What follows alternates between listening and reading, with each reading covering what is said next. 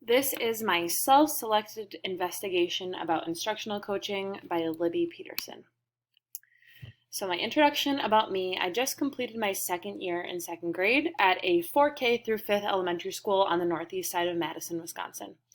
I graduated in 2021 with an elementary education degree and ESL certification from UW-Madison. Next year, I will be transitioning to first grade, and I have been on the school-based leadership team at my school for 1 year. My topic choice, so last year my instructional coach met with me weekly to discuss my teaching practices and roadblocks when I was a first year teacher.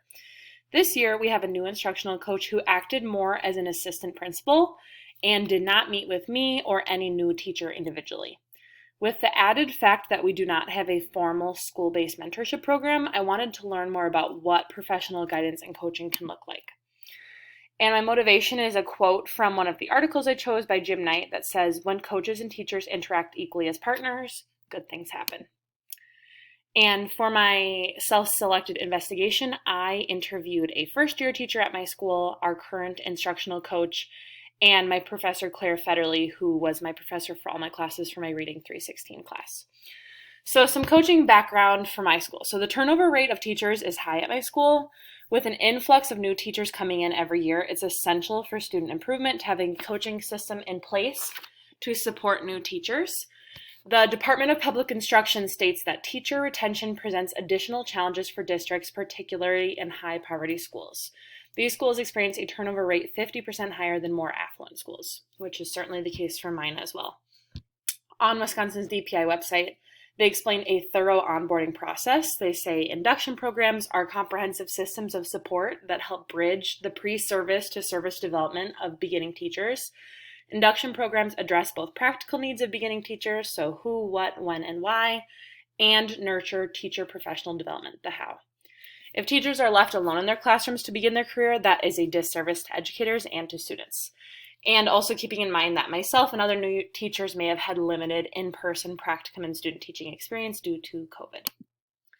So my three main themes for my findings from the interviews and from source innovation were coaching as partnership, quality time for collaboration between teachers and coaches, and coaching in tandem with a mentorship program. So first I'm going to focus on coaching as partnership. In both my interviews and research from peer-reviewed sources, almost everyone brought up the importance of coaching as partnership. When I asked the instructional coach at my school how she builds relationships with staff, she explained that she is open and flexible to their schedules and needs. She also shared, "I typically enter a coaching cycle open and flexible in an effort to gain trust and build a relationship with the teacher. Starting off with a tone of appreciation and respect for the teacher is helpful in building trust." In his 2011 article, Knight, who I quoted earlier, explains the principles of partnership. The partnership principles of equality, voice, choice, reflection, dialogue, praxis, and reciprocity provide a conceptual language that coaches can use to describe how they strive to work with teachers. Mangan and Solinja also described the relationship of co-learners as professional norm of egalitarianism, and I liked how that was seen as a norm, an expectation. Continuing on with my theme of coaching as partnership, while partnership and collaboration are key, Knight explains that ensuring that teachers have meaningful choices does not mean that teachers are free to stop learning. This is a common sentiment that I see in the field of education, that if teachers are not forced to comply to a specific target for professional development, that they will become complacent. Instead, I see the freedom and flexibility as a motivator, which will be heightened with effective coaching. My professor for my 316 license at Viterbo, Claire Federley, names the important skills of an instructional coach as the ability to empathize but not get lost in emotions, strong grounding experiences outside of school for the mental health it takes in the role, and enthusiasm. And in Awakening the Sleeping Giant, the authors caution teachers to avoid creating an environment where their role is viewed as threatening or not meaningful to teachers. Coaches can avoid those negative feelings by entering the relationship as partners who are aiming to see student improvement. Another theme that I saw throughout my interviews and my research was time for collaboration. So in order for that partnership to blossom that I was mentioning earlier, there must be quality time for observations, discussions, and collaboration. One of the first year teachers at my school who I interviewed explained, "I think new teachers should have a chance to observe other teachers and meet with a coach to review a few times at the beginning of the year. That would have been very helpful for me during the first few months as a new teacher." Knight backs her statement, this teacher's statement, by saying schools should build time into workshops and professional learning communities so that teachers can plan how to collaborate with a coach to implement new practices. Continuing on with the theme, time for collaboration, given teachers and coaches' busy schedules, school administration and leaders must set aside time for observations and discussions. Observations are effective when the new teacher gets observed and also has the chance to observe experienced teachers themselves. These opportunities build trust, and Brick and Schneider explain the importance of mutual vulnerability and dependency. Teachers are stronger when we work together. If coaching cycles are surface level and infrequent, the teacher does not have time to think deeply about their practice in this way. Time and consideration also allows the partners to cut through the superficiality and arrive at what Mangan and Solinja call hard feedback, which is necessary to facilitate deep and sustainable changes in teachers' practice. And the last theme that I'm going to discuss that I found in my interviews and my research is coaching and mentorship. So while meaningful instructional coaching is vital, the support of new teachers and their improvement is heightened when coaching is paired with mentorship. The DPI website in Wisconsin explains that quality induction programs provide critical support to beginning teachers and teacher leadership opportunities for effective veteran teachers. Claire Federle, my professor, is a strong proponent of lasting and intentional mentorship programs. Federle says, mentors provide guidance, a safe space to ask questions or vent, and a sounding board for ideas.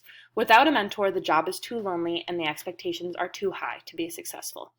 The first-year teacher at my school spoke to me about her desire for a mentorship program at our school. She shared, I think it is really helpful to talk through my experiences with peers who are in similar situations, both to see what worked and what didn't work for them, and for moral support.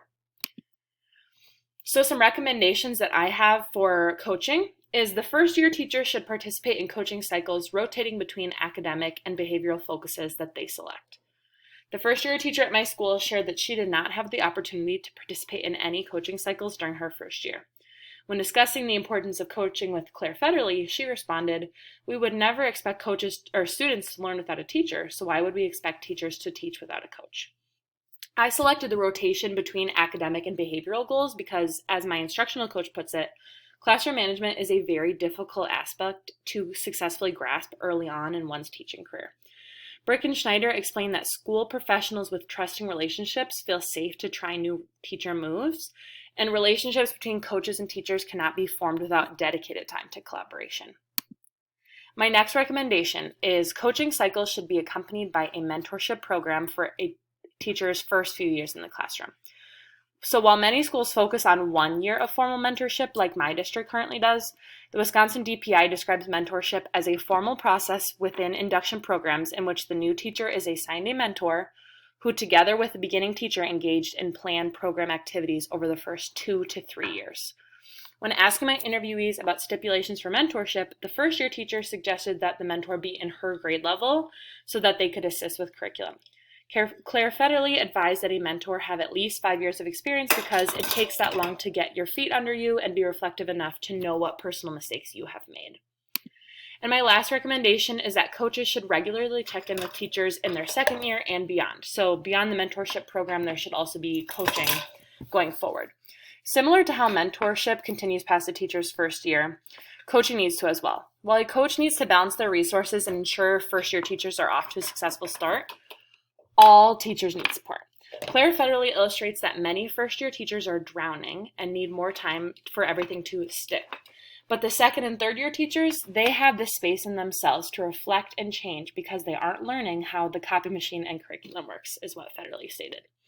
In Awakening the Sleeping Giant, the author states that teacher leaders break down the isolation that keeps many teachers stuck behind their classroom doors, repeating the same instructional strategies regardless of the outcomes.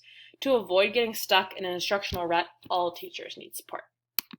And here are my references. Thank you for listening.